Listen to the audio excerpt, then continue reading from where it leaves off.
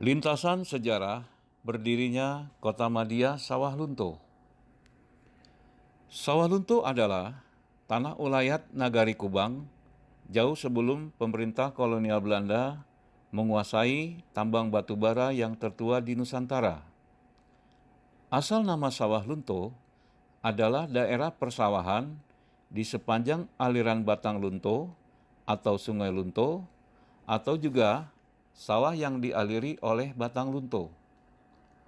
Persawahan tersebut adalah tambilang bosi nenek moyang orang Kubang, yang artinya adalah sawah yang diteruko atau dibuat oleh nenek moyang orang Kubang. Sawah diwe dinandata, ladang batumpa tiok buki, banda baliku dinan lereng.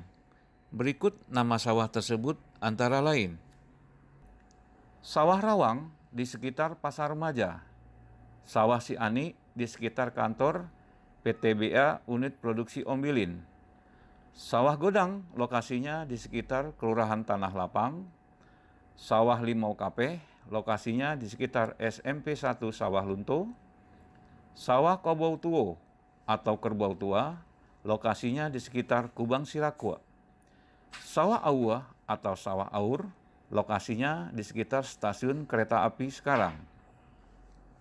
Selain bersawah, masyarakat Nagari Kubang juga berladang dan menetap di sana.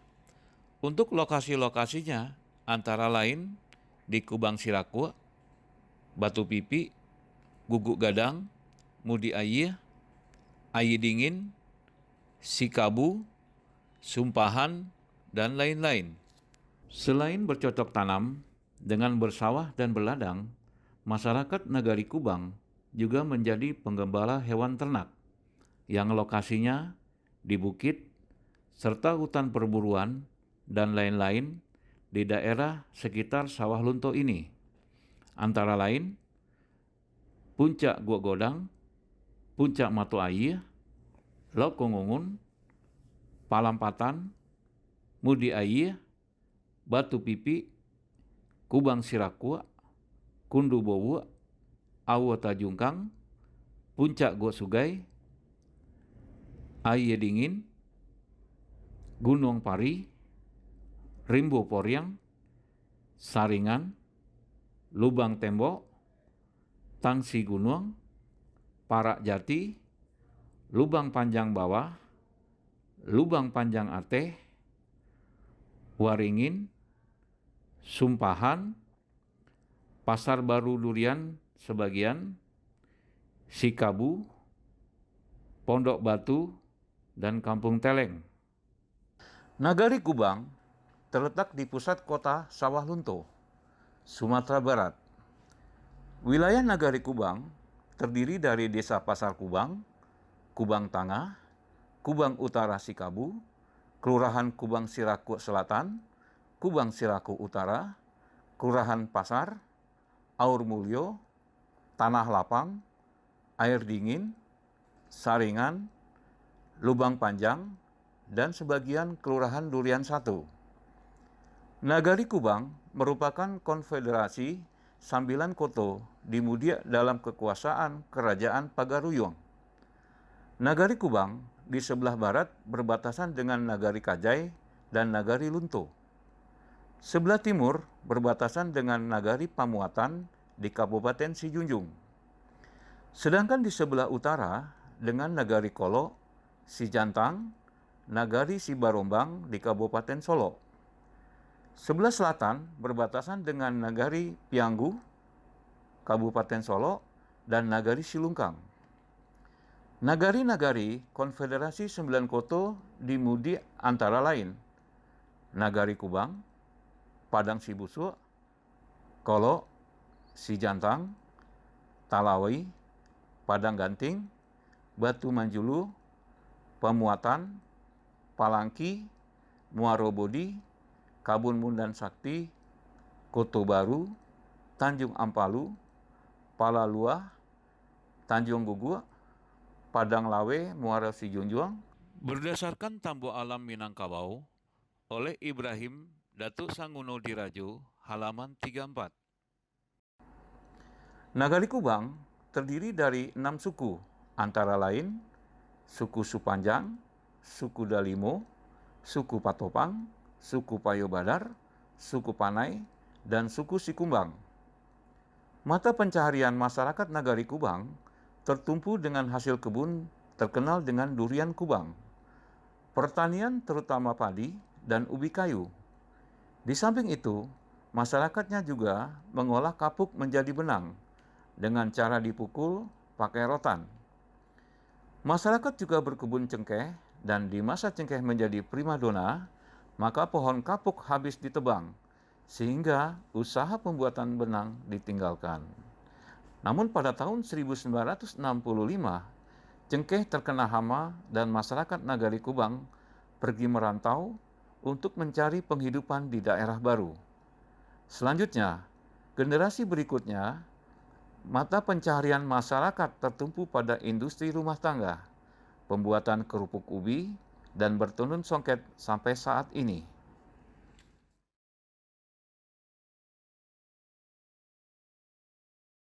Sebelum kolonial Belanda datang ke Sawah Lunto, masyarakat Nagari Kubang sudah menghuni cekungan Sawah Lunto. Di sekitar rumah masyarakat dibangun surau dan masjid sebagai sarana ibadah masyarakat.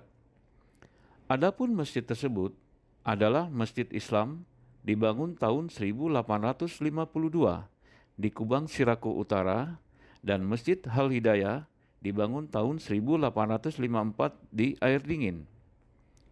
Datangnya kolonial Belanda untuk mengeksploitasi kekayaan alam Nagari Kubang, yaitu batu bara. Kolonial Belanda memberi nama tambang batu bara Ombilin tahun 1892. Kolonial Belanda melakukan perjanjian dengan pihak Nagari Kubang untuk dapat melakukan aktivitas penambangan batu bara di atas ulayat Nagari Kubang. Waktu akan memulai aktivitas penambangan tersebut, pihak Belanda mengundang Ninik Mama Kubang sebagai pemilik ulayat. Sebagai sosialisasi akan dimulainya aktivitas penambangan yang dikenal dengan nama Pesta Adat.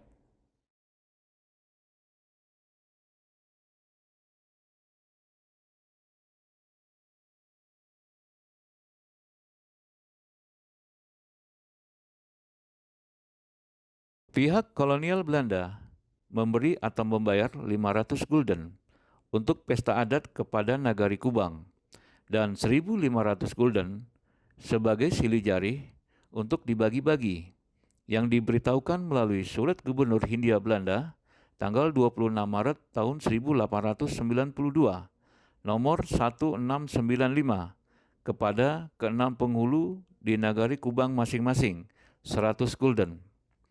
Selain itu, kepada 18 kepala lainnya, yaitu Malin, Manti, dan Hulu Balang dari nagari itu, masing-masing 50 gulden, yang kesemuanya itu disebut orang 4 jinih di dalam suku masing-masing. Uang tersebut diberikan sebagai pengganti tanaman yang ada di atas tanah tersebut, atau disebut bunga kayu, kepada nagari. Artinya, tidak terjadi pelepasan hak atas ulayat kepada kolonial Belanda. Bunga kayu adalah sebagaimana yang tertuang dalam ketentuan adat Minangkabau, dari tanah nan Sabingka, dari Aye nan Satitia, dari Capo nan Sabatang, ka ate ta ambun jantan, ka bawah ta kasih bulan, ka rimbo babungo kayu, ka sungai babungo pasiah, ka lawi babungo karang, ka sawa babungo ampiang, Katambang babungo ame dalam 10 kalua cie.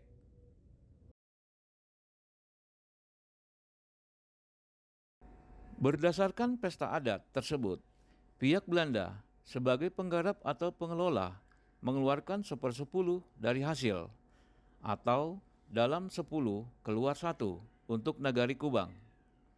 Bukan pelepasan hak atas tanah ulayat Nagari Kubang.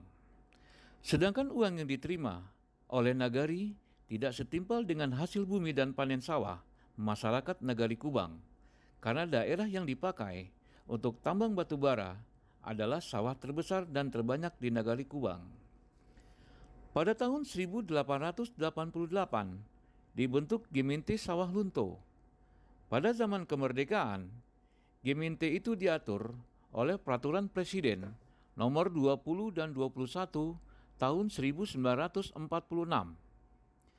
Pemerintah Nagari dan kelembagaan daerah pada tanggal 10 Maret tahun 1949 mengadakan rapat dengan keputusan bahwa pusat pemerintahan Afdeling Solok yang dahulunya berada di Sawah Lunto dibagi menjadi Kabupaten Sawah Lunto Sijunjung dan Kabupaten Solok, sehingga pemerintah State Gemeente Sawah Lunto dirangkap oleh Bupati Sawah Lunto Sijunjung. Selanjutnya berdasarkan Undang-Undang Nomor 18 Tahun 1965, status Sawah Lunto berubah menjadi daerah tingkat 2 yang berdiri sendiri dengan sebutan Kota Madia Sawah Lunto.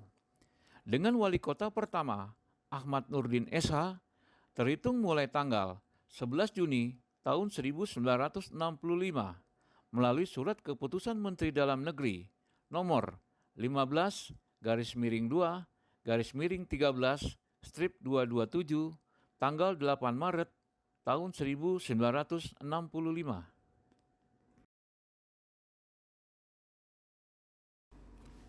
Setelah pemerintah kolonial Belanda mengeruk kekayaan alam perut bumi ulayat Nagari Kubang, namun perjanjian bagi hasil yang tertera dalam pesta adat tidak sesuai dengan kesepakatan, maka pada tanggal 1 Januari tahun 1908 terjadi perlawanan rakyat Nagari Kubang terhadap kolonial Belanda di Sawah Lunto yang dikenal dengan pemberontakan tahun 1908. Tokoh masyarakat Kubang, Haji Aga Datuk Maharajo Kayo, yang terkenal dengan nama Tuanku Katip. Tuanku Katip mengajak kerabatnya, Tuanku Tempa dari Nagari Lunto, untuk mengadakan perlawanan terhadap kolonial Belanda di Sawah Lunto. Alhasil dikumpulkan para pendekar yang memiliki ilmu kebal di Nagari Kubang dan Lunto untuk mengadakan perlawanan terhadap pemerintahan kolonial Belanda. Para pendekar berlatih ilmu perang dengan para guru mereka, yang mana para guru veteran Perang Padri pada tahun 1821 hingga tahun 1838. Adapun perlawanan terhadap Belanda dipimpin oleh Tuanku Haji Katip, Tuanku Tempa, Haji Abdul Ghani, Muin Bagindo Tan Ameh, Hasan Hussein, Boga Matlahi, Adam Rangkayu Batua, Manjalani Malanodari, Muin Indo Marajo, Baki, Asi Bagindo Bunsu, Rasul Koti Rajo, Taha Dubalang, dan 500 orang masyarakat. Penyerangan dilaksanakan pada tanggal 1 Januari tahun 1908. Tercatat korban tewas di pihak Belanda sebanyak 84 orang, sedangkan di pihak Nagari Kubang sebanyak 4 orang. Korban meninggal di pihak Nagari Kubang karena melanggar larangan yang telah ditentukan oleh pemimpin perlawanan, yaitu Tuanku Tempa. Larangan atau pantangannya adalah tidak boleh melangkahi mayat dan tidak boleh mengambil harta kawan maupun lawan. Sedangkan polisi dan tentara kolonial Belanda yang tewas 84 orang adalah polisi dan tentara bayaran. Lokasi makam pejuang tahun 1908 sebagai berikut. Tuanku Haji Khatib di halaman Masjid Raya Baitun Nur, Kubang. Tuanku Tempah di Batu Janjang, Kecamatan Bukit Sile, Kabupaten Solok. Haji Abdul Ghani di Tampan, Pekanbaru, Riau. Lalu Adam Rangkayu Batua di Surau Rawang, Dusun Batu Tajam. Asih Bagindo Bunsu di Panto, Desa Kubang, Utara Sikabu. Muin Bagindo Tan Ame di Panto, Desa Kubang, Utara Sikabu. Baki di Panto, Desa Kubang, Utara Sikabu.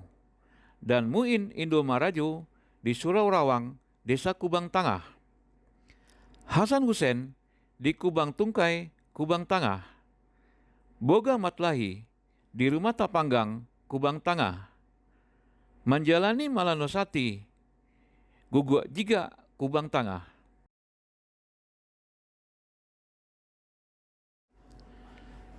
Demikian lintasan sejarah berdirinya Kota Madia Sawah Lunto. Satu kali gawa di Pulau Rimbang, anak rusuh mati tadabiah. Kok gawa kami membilang, maaf diminta di palabiah. Dua sajorong mengali lambah, pakai baju bilido gandum. Kok tadorong kami menyambah, sekali gawa baribu ampun. Wassalamualaikum warahmatullahi wabarakatuh.